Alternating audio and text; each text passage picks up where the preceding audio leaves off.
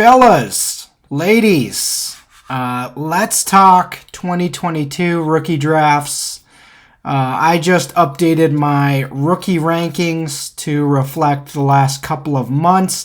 As you can see, we're also having Tyler, Armando, and Jeff look through those and update theirs as well. I'm on record of saying this is the worst rookie draft we're going to have in quite a while. And there's a few dynamics why that is the case. But ultimately, all that matters is that we are here. We are dealing with a very, very weak rookie class. And players are getting artificially pushed up because there is no consensus at any positions. Like last year, we had Trevor Lawrence, Justin Fields, Trey Lance, Mac Jones. This year we have nothing. I would argue Kenny Pickett, Malik Willis, all these guys would not go first round. And, you know, I've kind of been harping on this for a while. Last year we had Travis Etienne and Najee Harris, who were guys we were waiting multiple years and kind of knew they were going to be first round picks. Wide receiver, we had Jamar Chase. Jalen Waddle, Devontae Smith, just absolutely special wide receiver prospects. And then we had, Kyle Pitts, the best tight end prospect of arguably the last 20 years. So, we see this. This is pretty normal. When we have a class loaded to the max like we did last year, that means we're taking a lot of the best prospects in college football out of the player pool. 2023 has some nice prospects, that's for sure. But 2022 is feeling the brunt of so many elite prospects leaving before their final season. So, also leaving behind some high-end college prospect positions like Alabama running back, Clemson running back, Clemson quarterback, things like that. And then the guys that filled in either aren't draft eligible or whatever. Again, we're getting off the rails here. Let's talk about this class and why I don't like it. Where should we start? Let's start with the mock drafts. It's mock draft season. Again, when you see more variance among the first round picks, that's a signal that we're dealing with a weaker class. It seems like the edge rushers, Aiden Hutchinson, Travon Walker, Evan Neal, Ahmad Gardner, like all these guys. Kayvon Thibodeau's falling, but ultimately he's been a first-round pick since last year. Same thing with Kyle Hamilton. These guys have all been up here, but what I'm talking about is the wide receivers, the quarterbacks, the tight ends, and the running backs. We're seeing Malik Willis. We're seeing some Kenny Pickett in the top 10. Many mock drafts are signaling, and also I'm using CBS. I really like Chris Trapezo. I think he's really good at what he does. But yeah, these guys are also good as well. But anyway, we are seeing a situation where Carolina is getting mocked quarterbacks a lot, and we should say mock because we should be mocking them for the Sam Darnold situation they're currently in. They clearly are not happy with Sam Darnold, but this is not the quarterback class to be reaching on guys. Last year was the year to do that, and we saw plenty do that, and I was totally behind it. But again, this isn't just like every class is the same. This is not the same. I do not think Kenny Pickett's a top 10 worthy pick, nor do I think Malik Willis is. I think historically, if we had the traditional top 5 quarterbacks, these guys would be going, 20 to 30. I still think, they're first round prospects, but I just do not see them as top 10 caliber from what they've put out there. So, does that mean, Kenny Pickett and Malik Willis? Let's go back in history. What draft class was Blaine Gabbert? And Yeah, that's an ugly name, right? Blaine Gabbert, 2011 class. So we've talked about this, or the general consensus has Cam Newton, number one pick, no doubt about it. He was very deserving and proved to be that in the NFL, but this guy was an absolute monster at Auburn in his final season. So totally fine there. But then you get into the guys like Jake Locker, Blaine Gabbert, Christian Ponder. I mean, we ended up having 4 quarterbacks go in the top 12 here. And, Jake Locker was not a very good college quarterback. He had nice traits, but he was never, crested 60% completion percentage. And I know some of you are going to say, yeah, but Josh Allen was an immense athlete. And Jake Locker was a good athlete, but he was always banged up. And it was just, it felt like a reach in the moment. Same thing with Blaine Gabbert. I mean, he was a good college quarterback, but not great. Played well in the SEC, but was never he was a lot more like Drew Lock than anyone wants to kind of talk about. It was a very similar situation, and it was real ugly. I mean, obviously his NFL career, he's become a nice little backup there and, been in the league about 10 years now, but not a starter caliber prospect coming out of Missouri, I didn't think. And then we have Christian Ponder, who never really stood out at Florida State, had some nice teams to play with. Who did he have there? Chris Thompson. Burt Reed was pretty good. Okay, so maybe he didn't have that great of a supporting cast, but I don't know. I don't understand why he garnered such hype. Other than he looked like the handsome starting quarterback, but I never really saw it. So we had these incredible quarterback players, but they were still passed up. J.J. Watt, Tyron Smith, Aldon Smith. Look at this.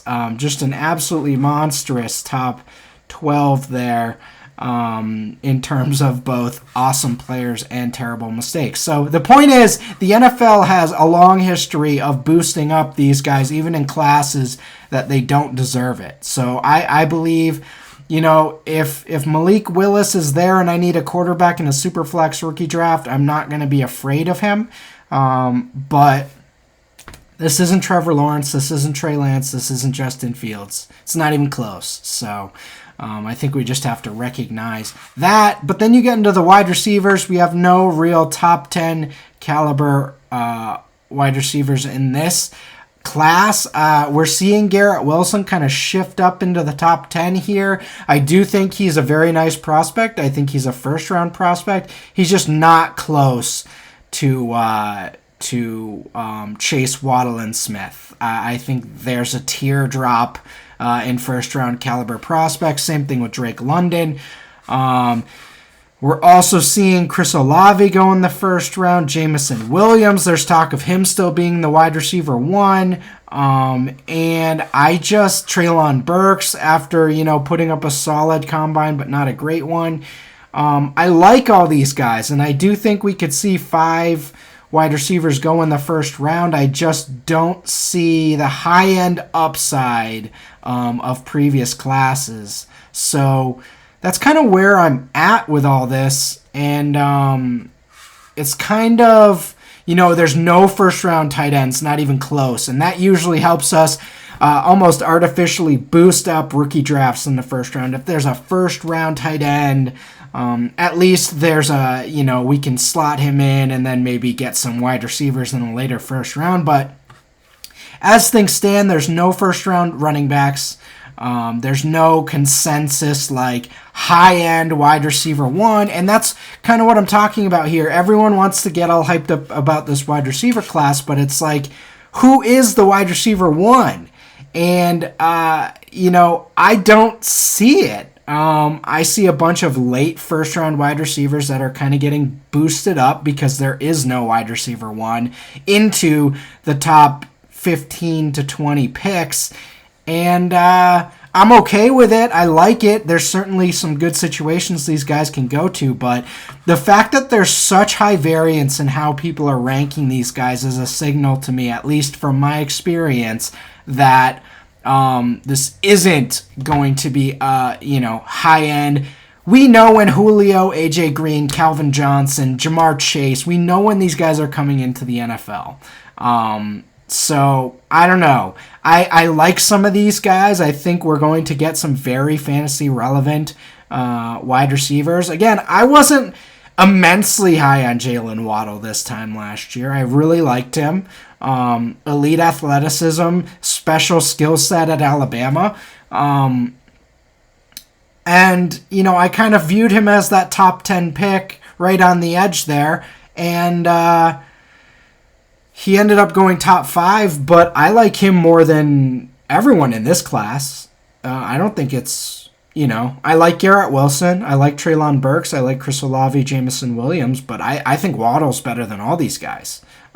So that's where I'm at with that. Again, Wilson, Burks, Olave, Jameson Williams, Drake London. I think all those guys are going to go first round. So that's kind of where I'm at with that. But, it's a good class.